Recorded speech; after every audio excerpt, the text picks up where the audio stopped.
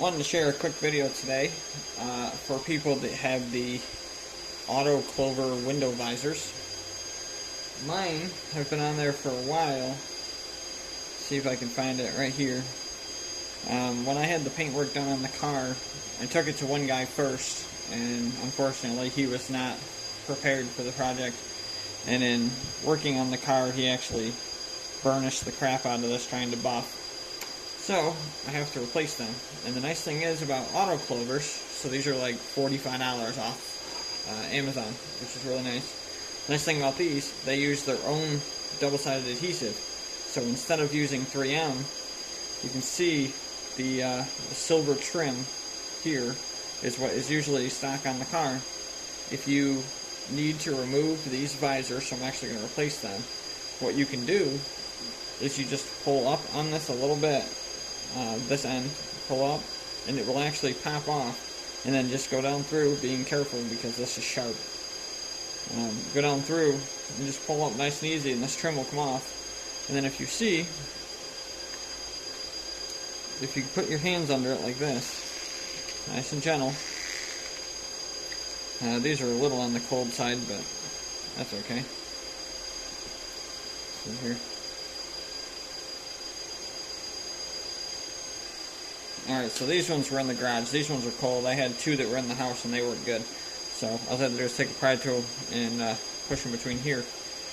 But once you get that started, you can actually take your hand and run right down through here. And a little heat would certainly be nice. Staying close to where it's splitting. You don't want to be far back because you can bend it. And nice and easy. There we go. Perfect trim. No problems at all. So I can snap this back on the car. You can replace these. They're 20 bucks a piece.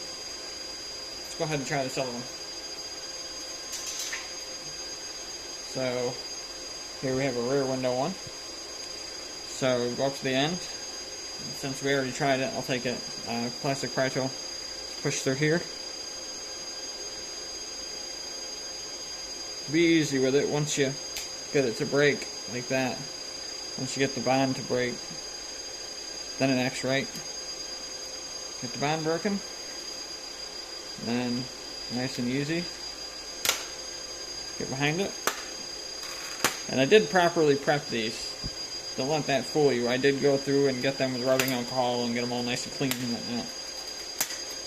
It's just nice enough that autoclover used some cheap stuff. Let's go ahead and see if we can put this trim back on. Alright, so when you go to put this trim back on, first thing I'd recommend is checking to make sure that your strip is straight. Hold it against the car. Make sure that it lays on there nice and flat. It is an extremely soft metal. Extremely soft. It's very, very pliable. You could bend this by probably setting a paper clip on the other end. The next thing you're going to want to do is in here, little focus,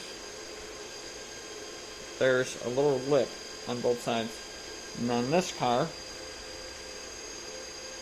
there's two grooves right here, this one and this one, that needs to slip over it.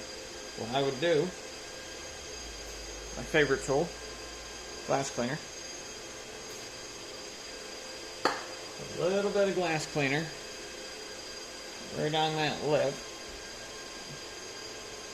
We're going to want that to be able to slip over it. Now on this end, well, I won't autofocus anymore, but on this end, there's a clip. That clip actually correlates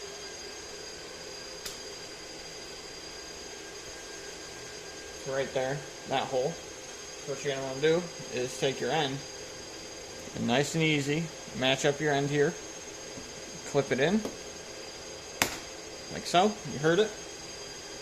And then follow your trim, work your way this way. Do not go to this end and start. You need to go from the end that clipped in first, nice and flush, and then it gets you in close here.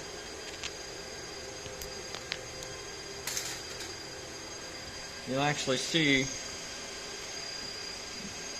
right there. It's hard to tell, but right here, the lip is actually over top of this edge. And over here it's not. If you just press nice and gentle on the top, it just falls right in. Nice and smooth. Just keep following all the way along until you get to this end. And there you have it. That's it. That's all it takes. Super simple. You could probably remove this. Say you needed to take it off for whatever reason. You could probably remove it. Like I said, it's very, very pliable. This stuff can bend super easy. They're like $22 if you need to replace this, so it's not a huge deal. But with the rain visors on here, it gives it that extra rigidity to, not have the concerns of it just bending when you pull it up. But if you need to take it off, I'm sure you could get under this end right here. I don't recommend the other end because that's got a tab on it. The front has a tab, and the most rear portion has a tab. So your best bet's literally right here at this door joint. That would be the spot where I would start, is right here, and then just get under that side right there and just pick it up. So there you go.